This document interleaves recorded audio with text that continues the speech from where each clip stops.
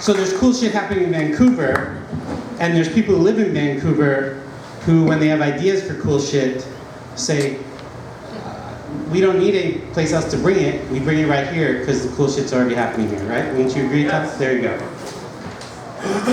Lift a rock. Yes, lift a rock, yes. Those of us have been living here for a while, I don't know totally how I feel about the rock thing, but I get it, I understand where that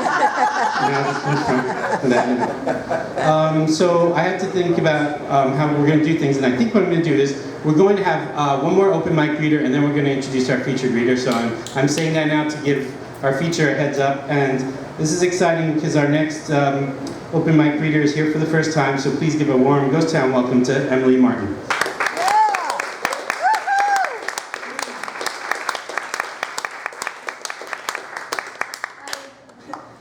It's not only just my first time being here, it's my first time doing an open mic. So I'm extremely Well, there, you get another one.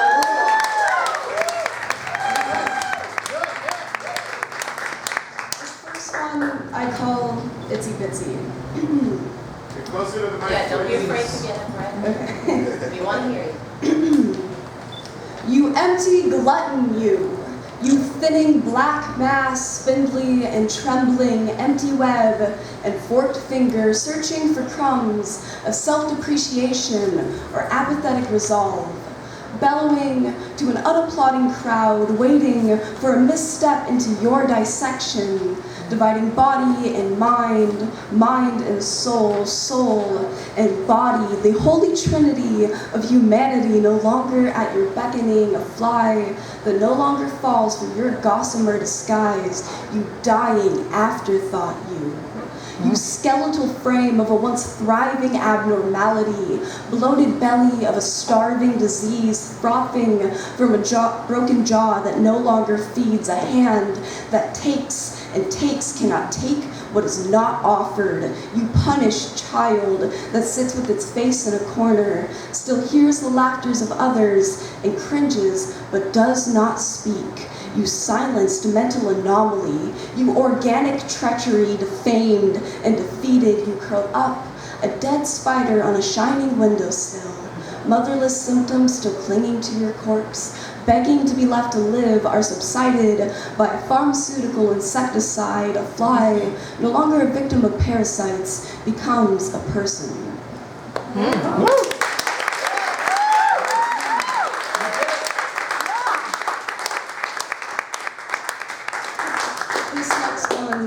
This next one I don't have a name for, but I think you'll remember it. In my mind's eye, I am fucking you. I am fucking you. I am not fucking you. I am kissing every freckle on your face and letting my fingers count down your ribs, and I don't think this is what they call fucking. I think this is just the easiest way to say I think I love you. Words are sometimes tangible. Some have edges like razor blades, and others are baby blankets, and it's easier to gut you with sexuality than it is to let you swaddle me in intimacy. This body has been a battlefield. Too many have tried to plant their flag here. They forget that I am not the foreigner. I have put up walls of sovereignty. My nation of river veins and moles made into mountains, the historical monument of my belly button that dates back to conception, the ground zero of my innocence. I am terrified of tourists who try to buy me with money or offer peace treaties or promises of sustainable energy and leave with more souvenirs than they can carry. But when I say I trust you, it is an olive branch. I want to paint gardens on your back that grow with every breath. I want to preserve the child in your eyes and build galleries of all the beautiful things four hands can create. In my mind's eye, we are slow dancing, stumbling on drunken legs, bearing toothy smiles and apple blossom cheeks. In my mind's eye, I am letting you love me. Yeah.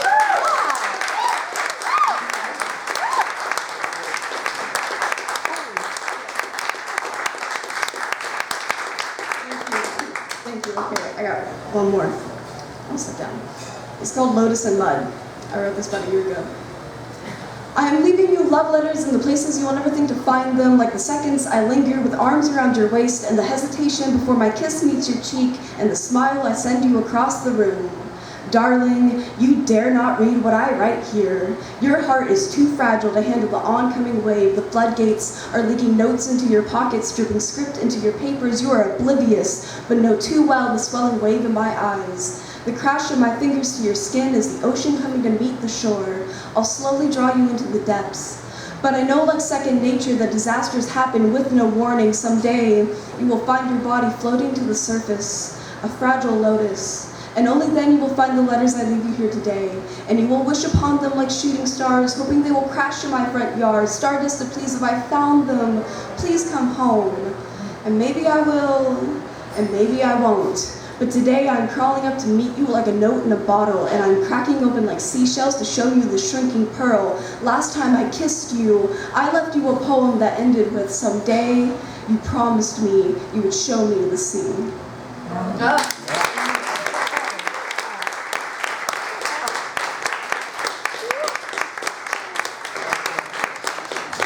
Word. So before the reading, Emily told me that she was a little bit nervous, which is understandable, and I told her that she would get a lot of love from this group, and I've been telling people that for 12 years, and in 12 years no one has made me a liar, so that is one of the things that is beautiful about Ghost Town and why we continue to do this.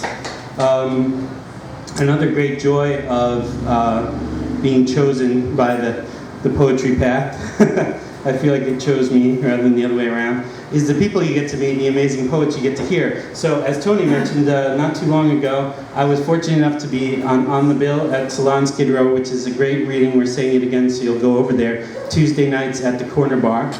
And we were collectively blown away by Celeste Gurevich. Here's what Celeste Gurevich's bio says, and then I may have one or two more things to say because I can't shut up.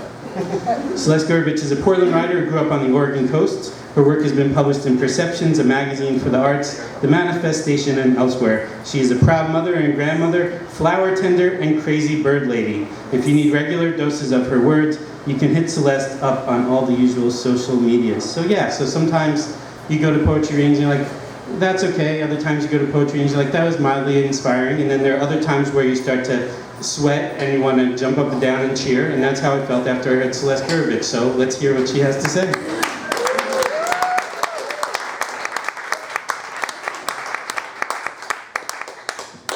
Okay, first I'm a crier. I've been crying from all the beauty, and I've been crying from all of the funny, and I am just blown away and beyond honored to be invited to this community. This is my first out of Portland reading ever, so.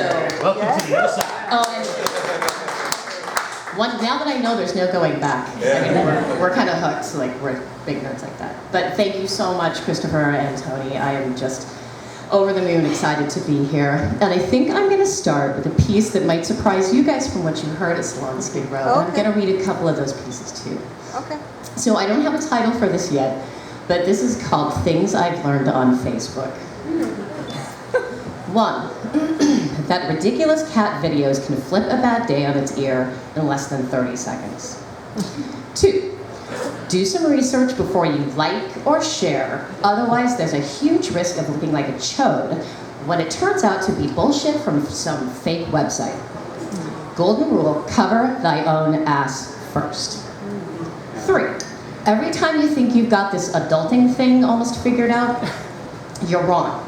And Facebook is there to remind you. One random post pops up on your screen, and after, everything is different. So one day, not so long ago, I was killing some time on Facehooker, minding my own business, watching a cat video, or maybe it was a baby goat video. But there I was, you know the baby goats. But there I was, still laughing and wiping at tears when I saw it. My friend Steven's post about his obsession with death, about living with the fear that every time a loved one walks through the door and goes outside, to work, to the store, wherever, that your brain, or at least some part of your brain, starts playing the montage of that person's immediate, impending death. And I went straight into the ugly cry, because that was me. I've done that with every relationship I've ever had, with my husband, with my son and grandson. But my brain had so normalized the tapes that played over and over. It was in my subconscious deep as the Marianas Trench. And Stephen's confession of being trapped in this cycle hit me, and the truth of it sank into my belly and into the knot in the back of my throat. And it wasn't just that I did it too. It was that I was convinced in my bones that every time was the very last time I would see them. It was also that I'd been doing it for 25 years. Now the backstory. My uncle died when I was 8, driven off the road by a car on his motorcycle. At 14, my stepmother, who I adored, swallowed a bottle of pills and killed herself. And barely 21 myself, my mother was gone at age 40 in a car crash. So you can see how a brain would start to try and prepare for that to happen again. To never have to feel the terror and surprise of it. So I forgive my brain for trying to protect me, but man, I am ready to move on from the exhausting insecurity those tapes bring, and the ways that my relationships have suffered for it. But a cool thing happened when my friend's coast shook me to my core. I started talking back when the thing in the pit of my stomach squeezes and the images start to come of a car crash or a heart attack. I tell old sister anxiety to simmer down, breathe, just breathe and be. And thanks to the goddesses, it seems to work, so I keep doing it. And if it ever doesn't work, there's always more cat videos.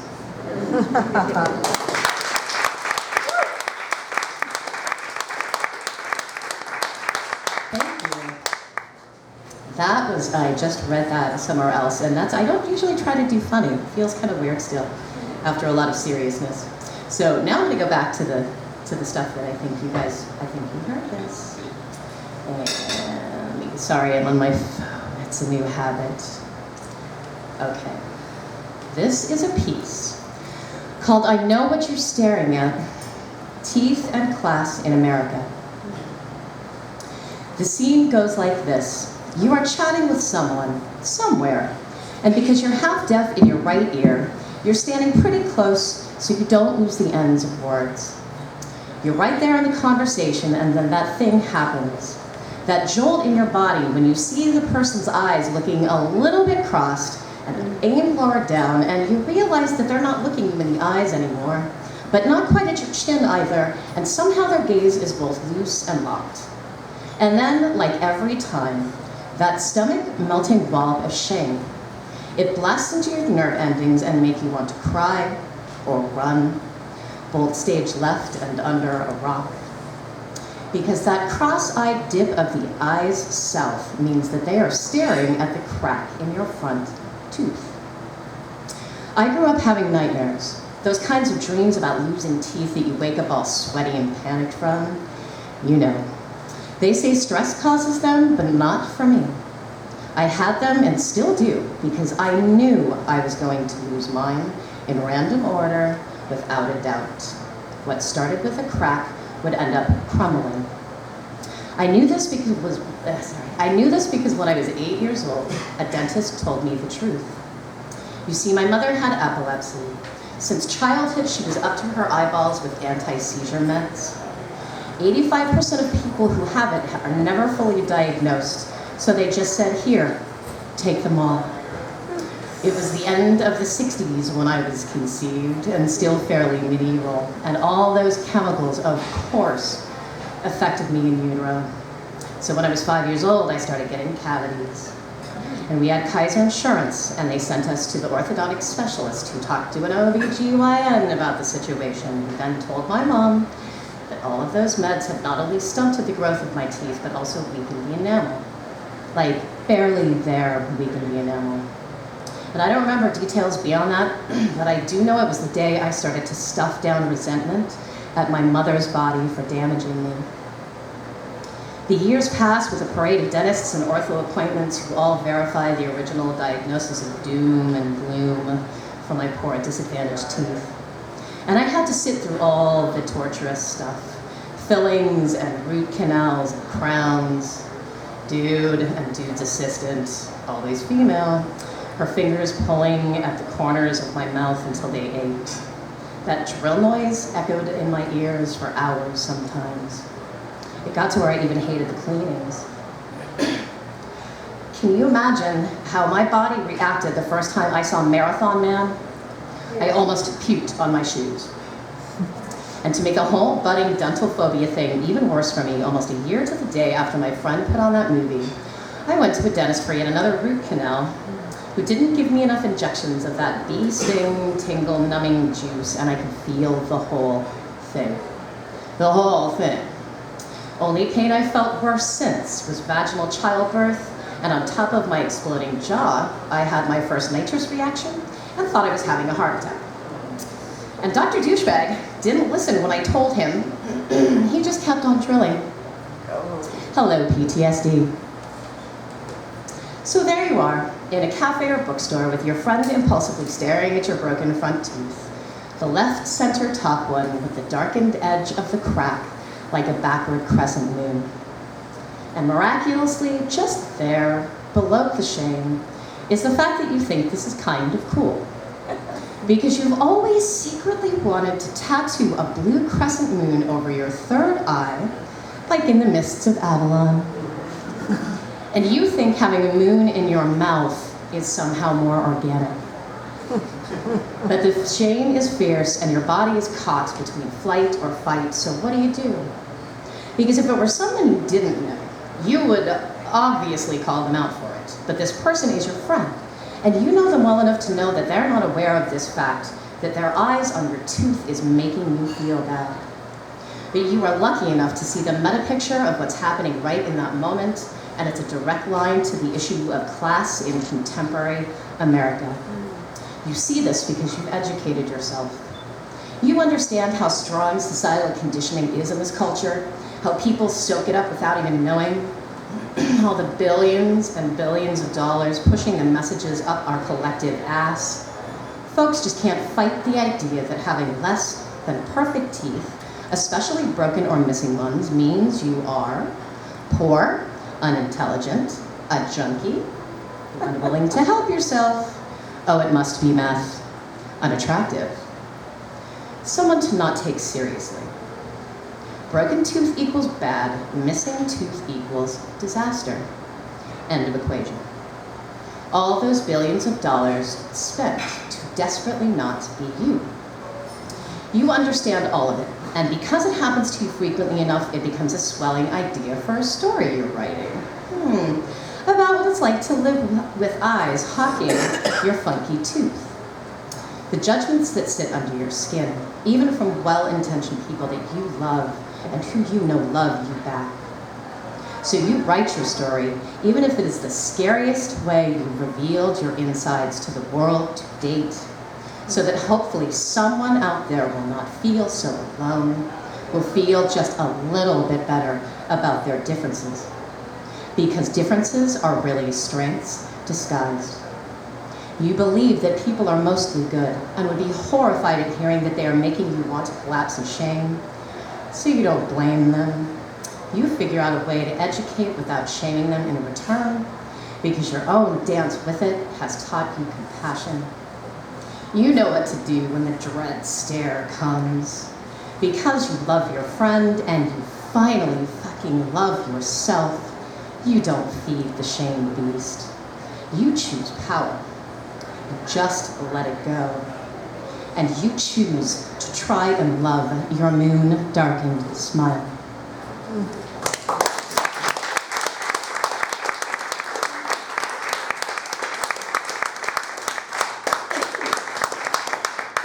Thank you.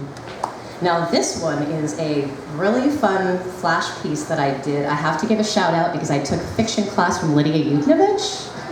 It was kind of a thing on our side of the river. And it was my first fiction, kind of poetry flash piece. And it's inspired by a story called St. Lucy's Home for Girls Raised by Wolves by a writer named Karen Russell. Incredible story. And this one secondary character took over my brain and went off in this whole different story. And so I wrote this and it's called Emancipation of a Wolfling. Mirabella, growling, kicks her way free from the nun's bony grip and runs. On all fours, she runs wolf stride out of St. Lucy's. Knuckles scraping cement floor, tongue lolling faster and faster through the exit she found the first time she tried to run away. Lightning pain in her belly, meat, sweet bird flesh. Her nostrils flare and she needs something alive, the chase, the last twitch and gasp, blood and sinew. Away from her mocking sisters, the nuns, the beatings, Mirabella finally bursts out the door and the breeze hits her face. Breeze of trees, crisp of water, animals. She follows the scent trail north through the woods, split by a dirt trail, which begins rising as the sun falls. And she is leaning forward now, legs all twitch and burn. She sucks at her skinned knuckles and climbs. Near the top of the cone-shaped hill, the wolf child sinks to the ground below a towering pine, her malnourished body spent. Between the wind and the birds, she hears a howl song unknown, untamed. The hairs on her body stand up and she turns and sees a man, purebred. White shirt, black pants, darkly flowing hair. Whatever it is that he cradles in his arms cries a stab to her soul. The wooden object sings her back to mother, back to shadow and fang, notes that ride the wind and crawl under her skin. The purebred man looks into the distance, as lonely as she is wild. Mirabella opens her mouth wide freedom and howls. Thank you.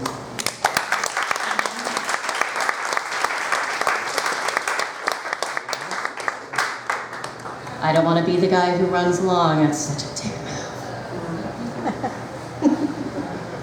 Or at least I don't want to be that guy. But I'm on my phone trying to find a file, so I'm that guy. You're the guy that makes eye contact and asks. That's much better.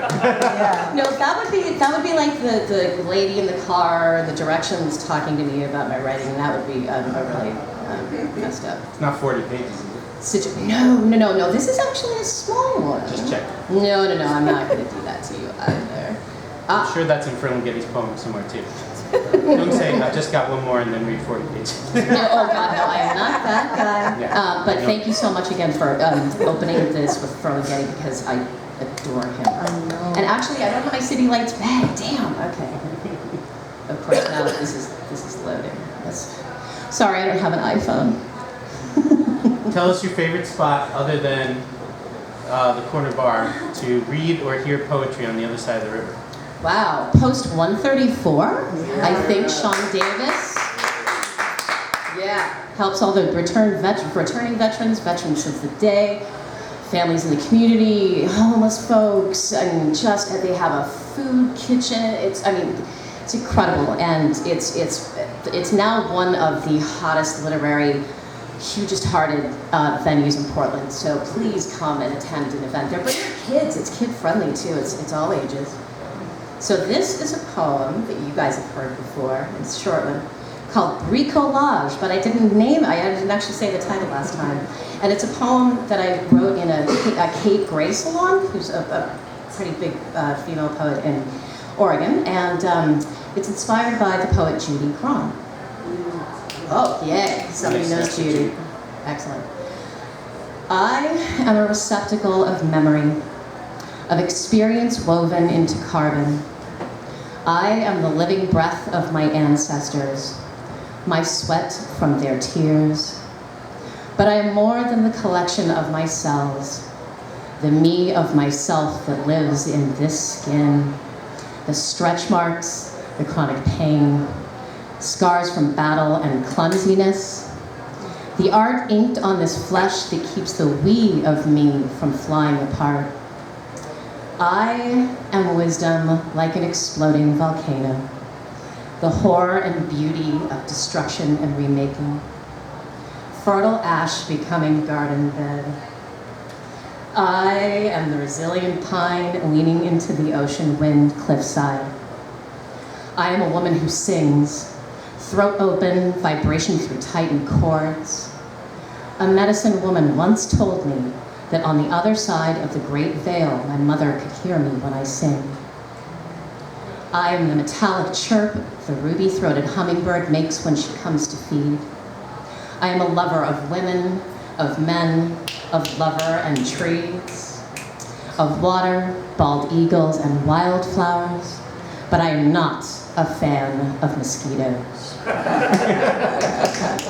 I am the woman I have always known I would be if given the time my mother didn't get. But more than that, so very much more than that, the me that is me now survived and defied the limitations and expectations and brokenness and willful ignorance, the people standing in my way and the ways that I could stand in my own goddamn way. I told all of that to fuck right off, and I put my pieces back together, stayed curious, kept making art, feeding myself words and stories until I learned that I could save myself. Thank you so much.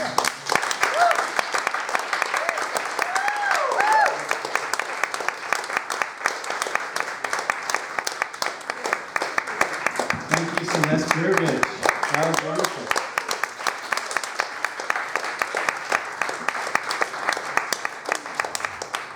Big hot flash.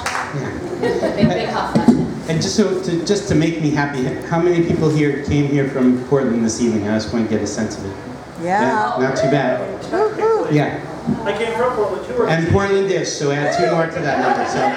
So we're very thankful for all of our friends who are coming from the other side of the river or other parts of the region. And I'll tell you that this has been around for about 12 years. I think it took us about 6 years to get people from Portland to come, but we're really happy that we eventually, word got out, and some of it is our friends who were features going back to Portland, letting people know how much fun it was, so I really appreciate those folks as well.